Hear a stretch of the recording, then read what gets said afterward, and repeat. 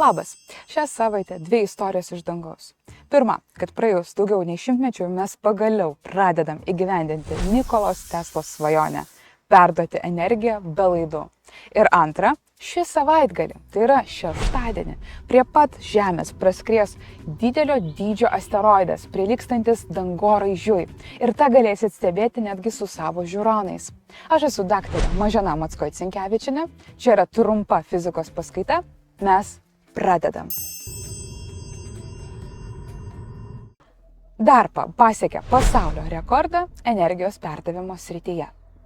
PAIT-SANS raketų poligone jie panaudojo didelės galios GPS valdomą infraraudonojo spektro lazerį.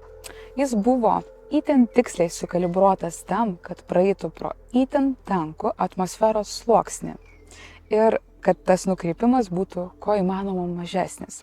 Taigi, tas lazerio spindulys pasiekė taikinį didesniu atstumu negu 8,7 km ir lazerio spindulys nukrypo mažiau negu 10 cm, kas yra įspūdinga.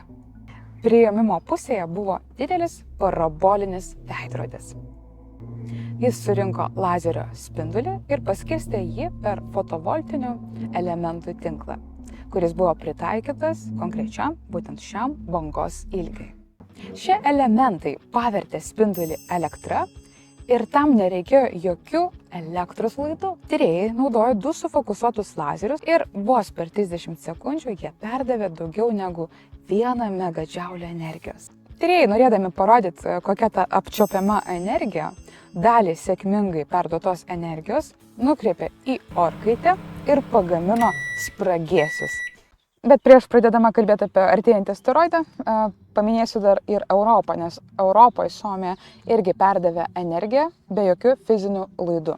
Mokslininkai iš Helsinkio ir Aalto universitetų perdavė sėkmingai elektros energiją be laidų, naudodami tik tais ultragarso bangas ir lazerio spindulius. Šios ultragarso bangos pakeičia orą ir suformuoja jame siaurus takelius, kuriais sėkmingai sklinda elektros kibirkštis. Taigi grįžtam prie to, kad šeštadienį pro Žemę praskries didelis asteroidas. Tokių parametrų objektai retai kada pro mus praskrieja. Ir jeigu kada nors svajojate pamatyti asteroidą, skriejantį pro mūsų Saulės sistemą, tai šis savaitgalis yra puikia proga tą padaryti. Taigi šis asteroidas astronominiuose kataloguose yra žymimas kaip 1997 NC1. Kodėl? Nes jis buvo pastebėtas 1997 metais. Europos kosmoso agentūros astronomai turi mums visiems gerų žinių, nes jie skaičiavo šio asteroido trajektoriją ir susidūrimo tikimybė su Žemė yra lygi 0. Objektas priartės ir bus artimiausias Žemei birželio 27 dieną, tai yra šį šeštadienį, 14:14 Lietuvos laiku. Bet jis turėtų būti matomas netgi sutemus. Pro mūsų Žemę jis praskries 9 km į sekundę greičiu, kas prilygsta 32 000 km į valandą. Nuo Žemės jis bus atitolęs 2,56 milijono kilometrų. Nors mokslinėje terminologijoje mes sakome, kad tai yra priartėjimas prie Žemės, vis tiek, jeigu mes lyginsime tos atstumus, tai jis prilygsta maždaug 7 tokiams vidutiniams atstumams tarp Žemės ir Mėnulio. Tai yra 7 kartus didesnis už šitą atstumą bus tas atstumas, kurio jis priartės prie Žemės. Didžiausia paslaptis, kuri išlieka, tai yra to asteroido matmenys, nes mokslininkai jį nustato pagal albedą, tai yra pagal Saulės šviesos atspindį nuo paviršiaus. Iš pradžių buvo manoma, kad tas koeficientas svyruoja tarp 5 ir 25 procentų. O tai reikštų, kad tai yra masyvus objektas, kurios skersmuo yra nuo 750 iki 1650 metrų.